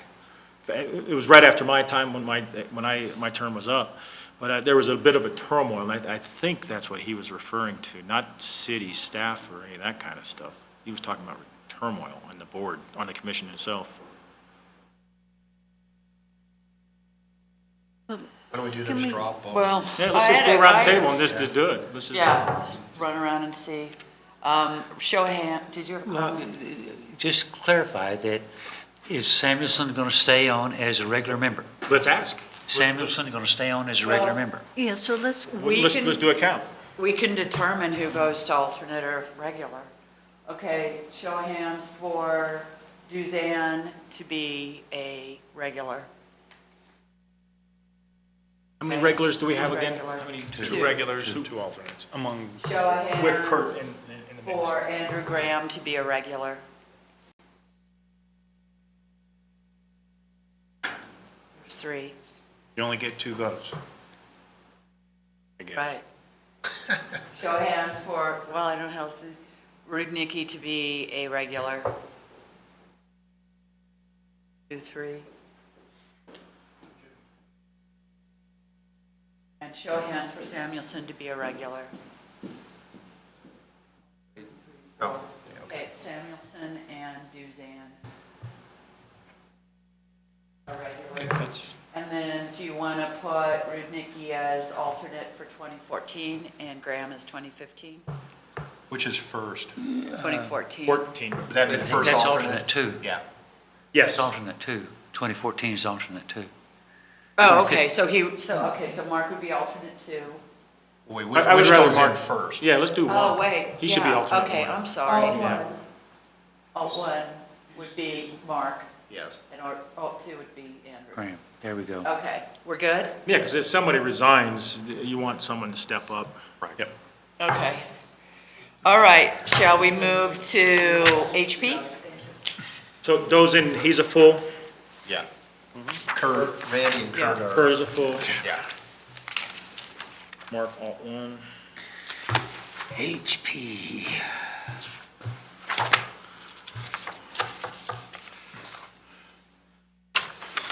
Okay, HP? HP. Get three names. Three names. With 3D. So we've got, and of those 3, we have we have 2 of them would be alternates. Okay. Right. And Chuck is regular. HP we're on, okay. Okay, so this time, let's start with Phil. Okay, the three that I would have are Chuck Reed, Dan Miller, and Greg LaRock.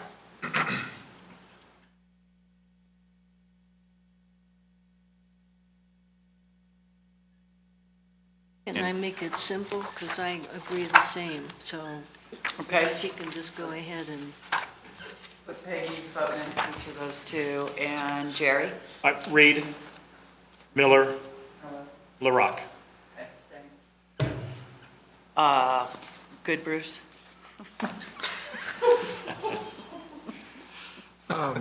Chuck Reed, Greg LaRock, Nicholas Kurtz, Kurtz.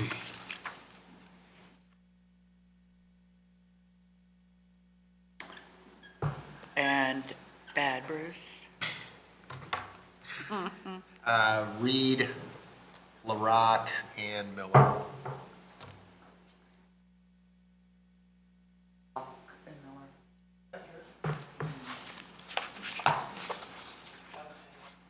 So we have And I'll go the same, with the same, Yours are the same? yeah. LaRock and Miller. Okay. Now, who's going to be alternate one, alternate two? They both expire at the same time, it's just a sequencing. I think LaRock ought to be alternate one, I agree. and Miller alternate two. I'll agree with that.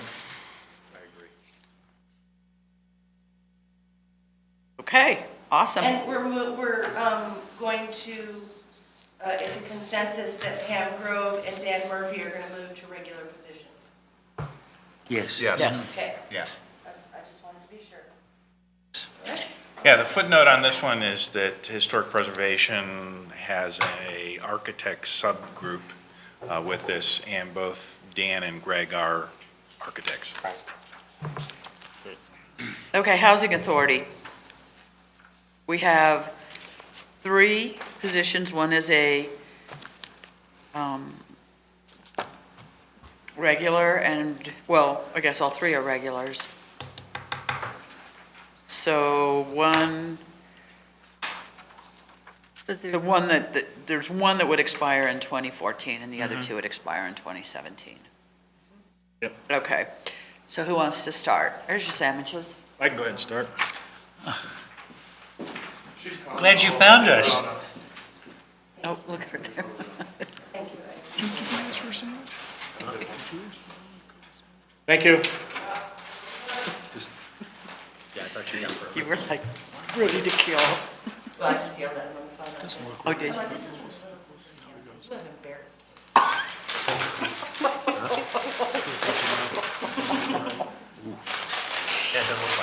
Okay. Housing Authority, let's start with Jerry. Okay, first of all, with Libby, I think it would just be totally, I guess, inappropriate not to appoint Libby Bortz, period. Period. After that, though, what I'm looking at is, I would like to get at least one District 2 person in there, and that would be Brad Ulig. Thank you. And that's U-H-L-I-G. And then the other one, I would like to see Heather Poe, just because they really need to have a female presence on this particular housing authority. Those are my 3, and I think that's all we have. Okay. Bruce? Yeah, I think Libby being reappointed is about as close to a no-brainer as we're ever going to We're gonna get. get tonight, yeah. Then I would go with Oster, Miller, and Ulig.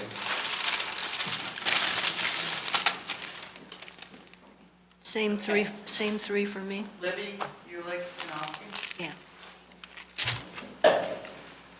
Bruce? Same 3. Libby, Ulick, and Austin? And Phil? You were going to do Jim? Oh, Jim? Me too. Libby? I was just going to allow him to,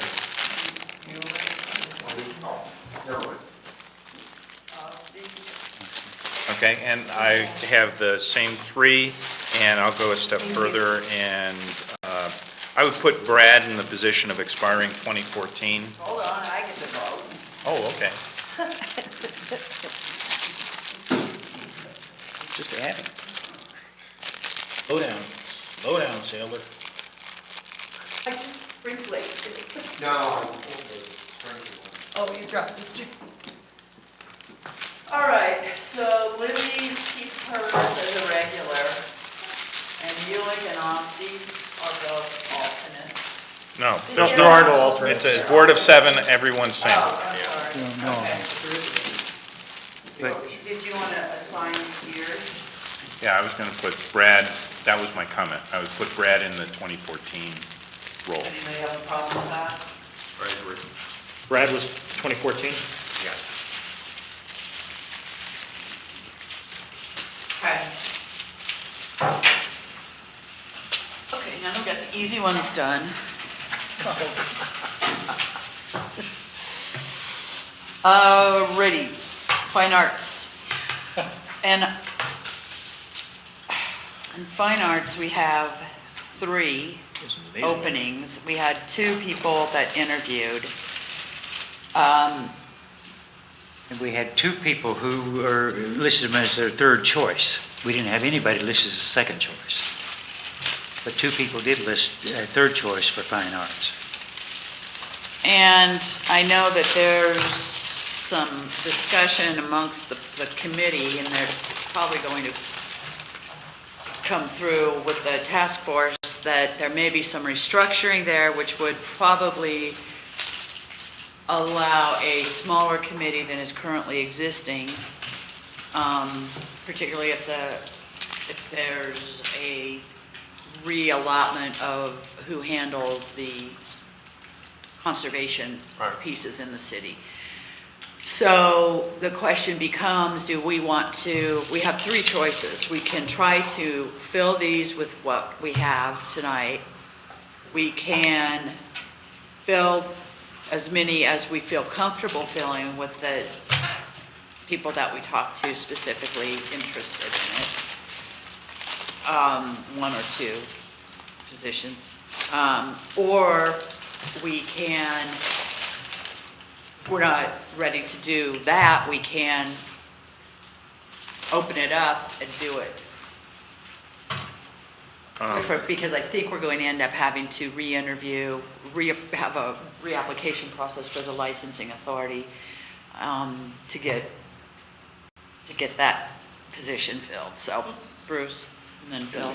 You've correctly described the situation, and the transition will occur in the next couple months as far as the amount of staffing that's necessary, because we're looking very heavily at the issue that you've raised.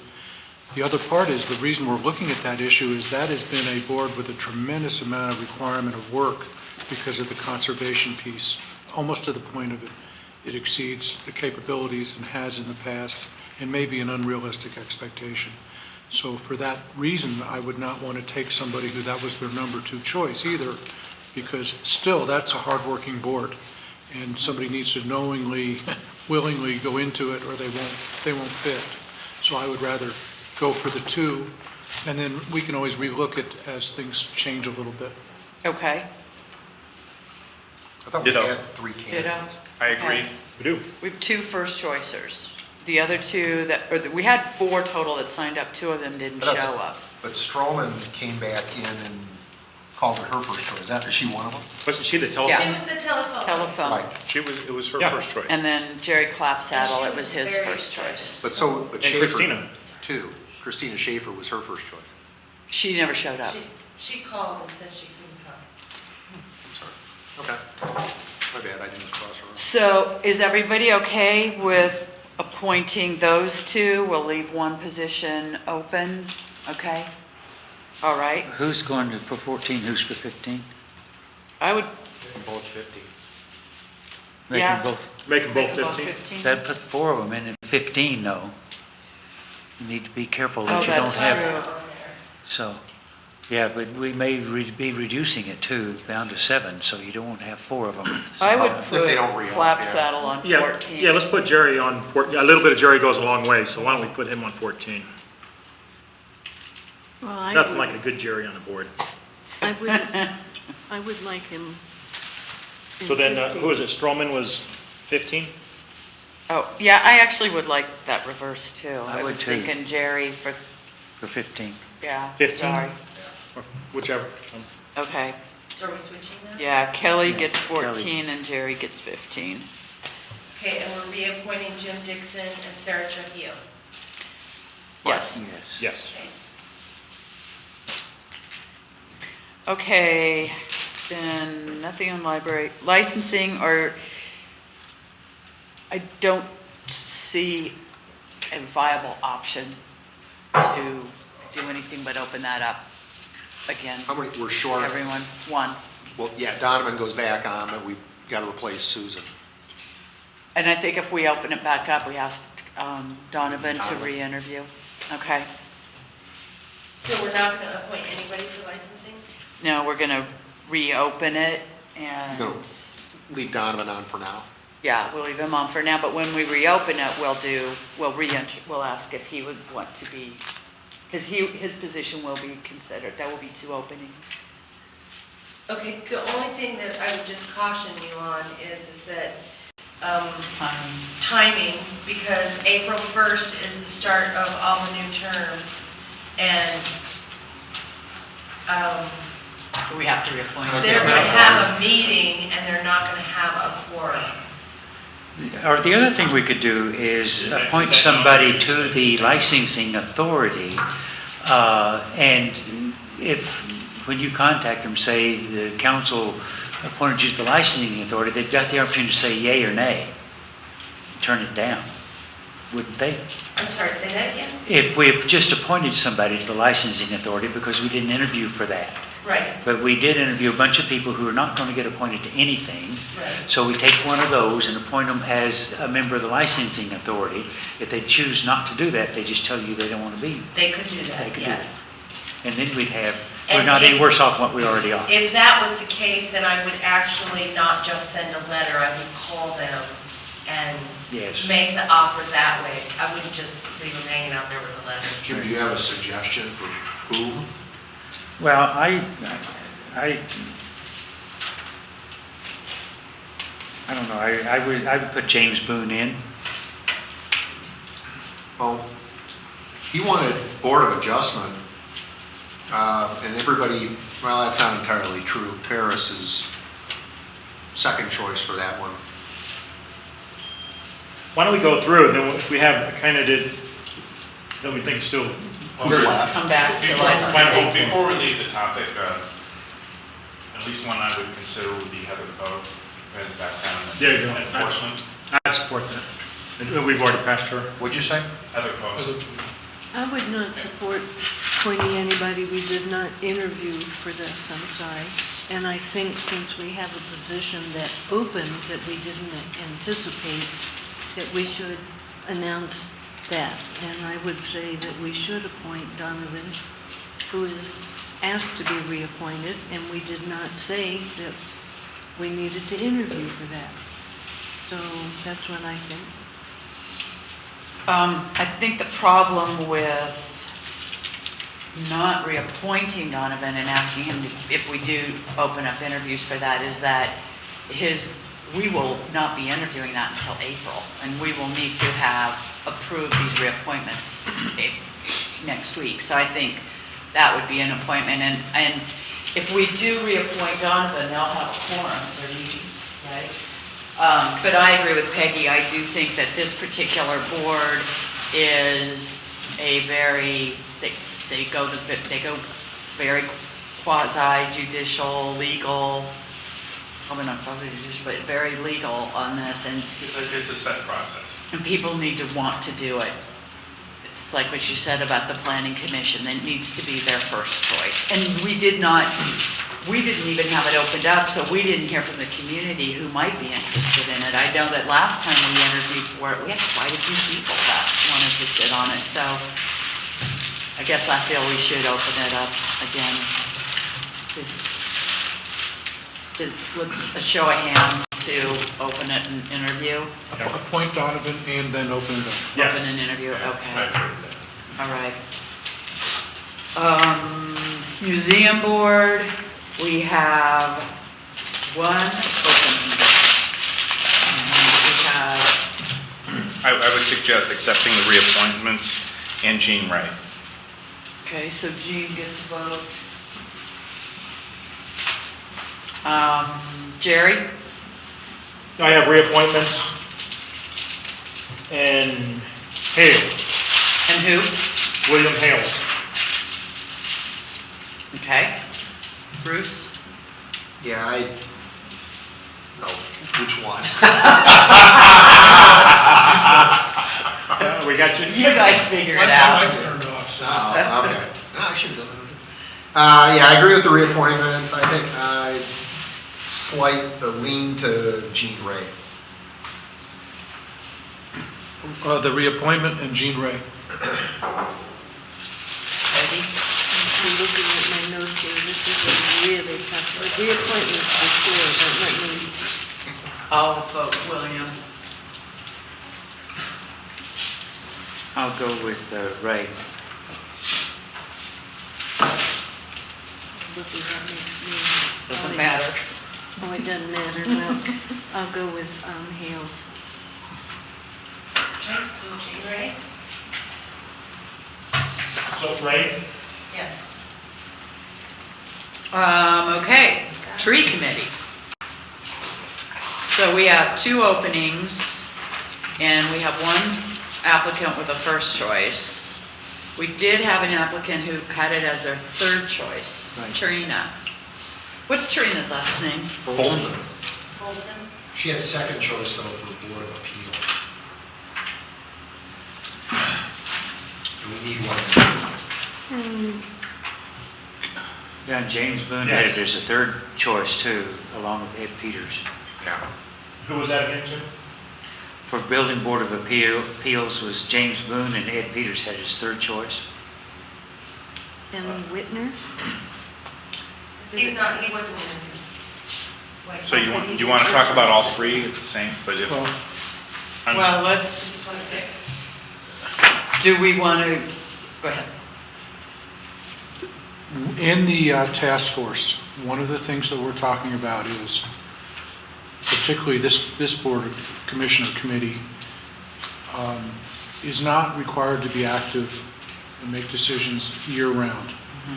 And in the thought process is, perhaps this is best an ad hoc committee, and it be called for the specific purposes, which are the tree giveaways and the tree planting, and then occasional issues.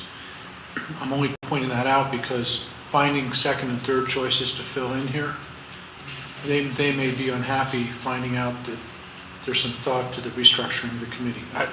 It's just a consideration. Well, any other comments on that? I do think that Greg was an ideal choice in this. He was just perfect. So I would be okay with that, having been a liaison on the tree committee. There's really just 2 times a year that you really do need that extra help and manpower and woman power on that. So I think it would not be killer to leave an opening there. They've had an opening on that committee for a long time anyway, so. well, I guess I would have put Trina at least make the offer, even though it's her choice. It is probably a little more of a volunteer activity, and I'm not sure that I saw another fit given the rest of what my list is. So as we're taking them, I would put Trina there as But if you're going to do an advertising anyway, you can do an advertising for that just as well as you do for the licensing for it.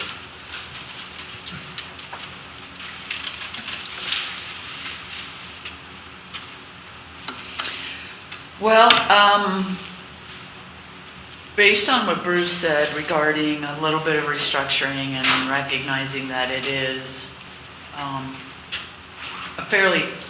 it's an important group because of what they do when they do it, and that we do need to have that committee because of the Million Tree Tree City USA. Tree City USA. So it is required, I guess I would say, let's put Greg on that, and if we need to, when you guys come back with some restructuring, if we need to get someone else on that.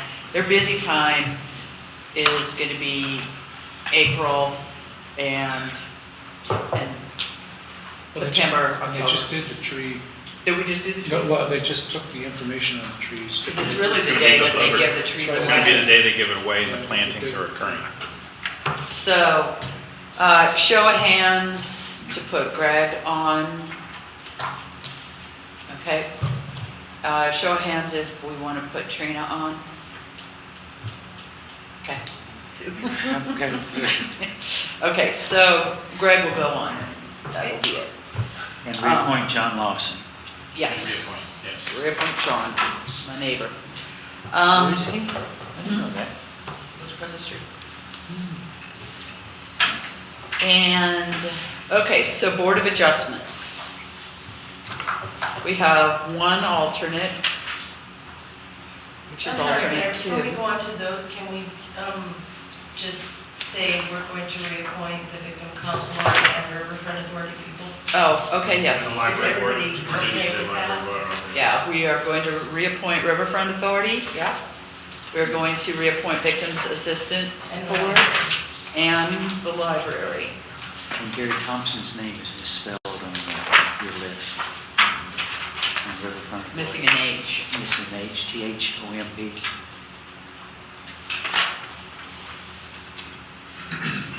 Okay, the Board of Adjustments.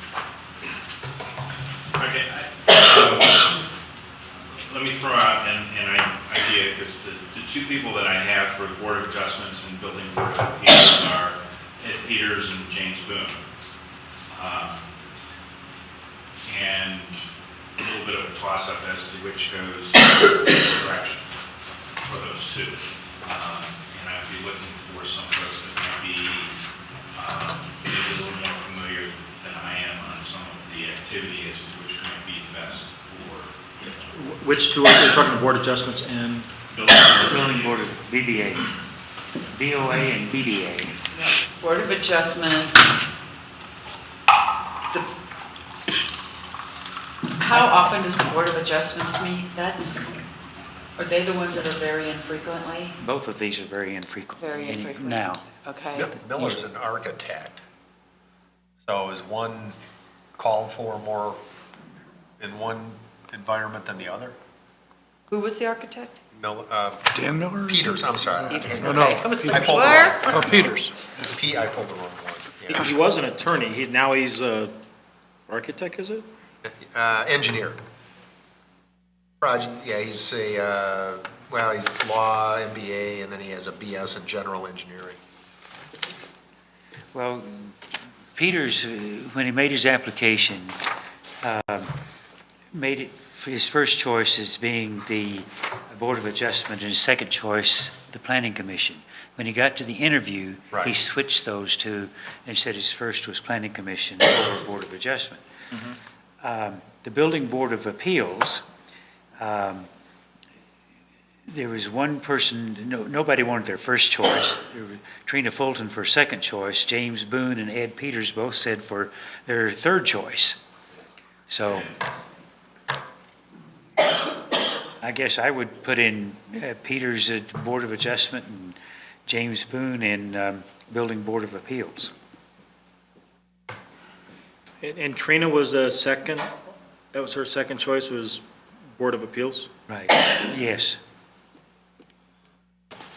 Okay, show of hands for Ed Peters on Board of Adjustments. Okay? Yeah. All right, Ed Peters, Board of Adjustments is now alternate two. And then reappoint Kenneth Schock and John Spencer and Arnie McDaniels.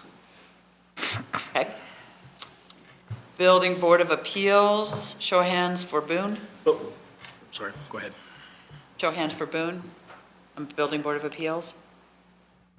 He's got 5 votes. That's it. And we will reappoint John Watson and move Dave Mitchell up to regular. Jim Gravina goes to alternate 1, and Boone is alternate 2. Okay? That's all. That's it. That was easy. Library reappointments? Yes. Yeah. Yeah, we blessed those. Did we do that? What was I doing? What were you doing? Where was I? Was I here? Okay, so Jim, you had something else? Well, one other question for the group is, we've got 4 authorities that operate in the city. We've got the Building Authority, we have the Housing Authority, Riverfront Authority, and the Licensing Authority. All but the Licensing Authority are controlled by certain sections of state law, which are not term limited in those 3 boards. There's no term limits for them. Under the Licensing Authority, we do have term limits for them. So I'm wondering if we should look at changing that from Licensing Authority to Licensing Committee or Commission, as opposed to calling it an authority. So it doesn't get confused with those that are governed by state law versus how we govern them in our codes. Well, I thought at least part of what we are doing now with the operations is governed by state law. I thought Kirsten made a point of that. It's always been governed by state law, I know, but. the licensing authority. All of their rules and regulations are in the But- Colorado Revised Statutes. But they do have term limits. That's the only authority we've got that's term limited because of our codes. Well, on the licensing authority, I think that's a good thing. Just to be able to turn it over. They are very different, but they are an authority, I think. Jim, what I don't understand is, at least appears on our list, that there's, as Libby came to us for a reappointment, are we saying there aren't? There are no term limits for Housing Authority, there's no term limits for Building Then why Authority. did, and there's then why no did we term- do a reappointment? That's what I don't understand. Because the term was up. Well, there's no limit. Oh, And they're- term and- limits, and- okay, got And they're it. 5-year terms. Work with me. Yeah, I got it. The other 3 are all 5-year terms, They are. except the Liquor Authority. And we did reappoint all Riverfront, right? Yes. That was when you were sleeping. That's when I was still blacking out. I heard that. I heard you laugh. Who's laughing with you? Well, it's just a thought, and if there's That's a good point. support for doing that, Kirsten's got to figure it out anyway. I think that would be a task force. Can you take that into consideration? Good idea. Could you bring that? Make a note of that, Wendy, so we bring it Yes, to the sir. table. So the question is, should we have term limits on building, housing, and riverfront? Or do we change a name so that the licensing authority, so we don't get somehow confused as to what has term limits and what doesn't? Is that- Right. So now we're still debriefing? Well, is there anything else, Yeah, Peggy? I got 2 things. I suggest that next year, we consider, not that we decide now, but I'm putting it out there, to have people submit written answers to the questions. And they, rather than trying to type something or other into the online, that they actually write out answers and either email them or mail the answers. The reason I'm suggesting that is we had several people who presented pretty spiffy documents to us about themselves. And they took the initiative to do that, but on the other hand, that subtly can influence when you suddenly see this wonderful write-up addressing various questions that we gave them. And I think it would facilitate our process when we actually interview them. So that's one suggestion. And then I would add one question, and that is, have they attended or watched the board or commission or whatever that they're applying for. So we'd know, do they have any familiarity? Have they that much interest that they've actually attended or watched at least one meeting and know what goes on? Some of those, I think, would be very difficult. Well, I think people would feel uncomfortable to show up at some of those meetings. But we did ask that, if not last year, I think we asked it last year. Have you ever attended a library board meeting, as an example? Pardon? That you've ever attended a library board meeting? I don't know if we asked it on that one. I know we asked it on some, but there's no reason that they can't attend. We have had occasionally, we did when I was on liaison to the library board, we had, I think, once somebody attended just for the heck of it. Not necessarily somebody who applied, but it seems to me that that wouldn't disqualify somebody, but it would give us more information about them, so. I guess I would throw out both of your suggestions, I think should be considered by the task force, because I think one of the things that I'm hoping comes back from the task force too is an improvement on the interview process, improvements on the questions, those types of things that, whether they need to be improved or not, but your recommendations based on, because I'm assuming as you're talking to these people too, you're learning some things that you can help apply to that too. But since we don't have to worry about that for another year, I just didn't want to would that be? let that slide off, and I did want to say publicly, so then Wendy can remind us of those questions for the task force.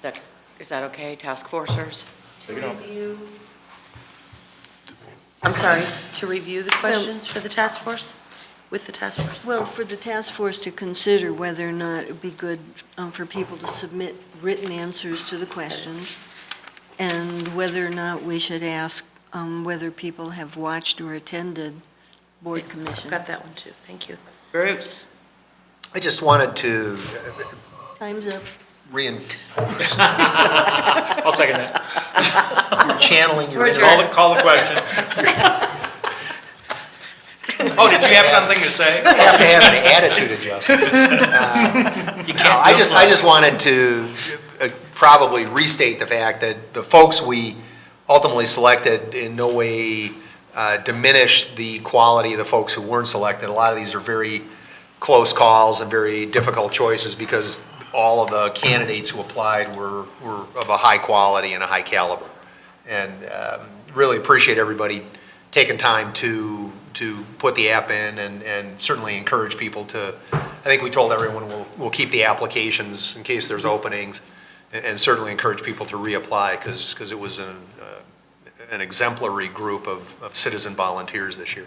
And- I think correct me, Wendy, we send out a letter over Deb's signature to everyone, appreciating their interest and their participation in the process.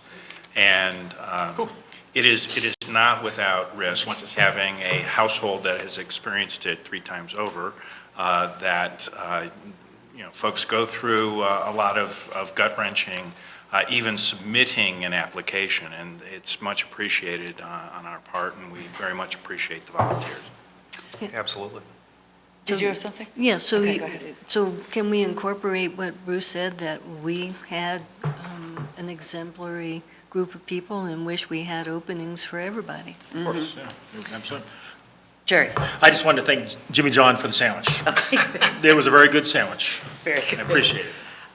2 things. One is Merchant plug. based on what Phil said a bit. We do send a letter out, and I recently received my appointment from the governor for the urban drainage, and I got a really nice certificate, and it was, Can I see it? Yeah, I'll bring it in. What do you say? Prove it? Is that what you're? No,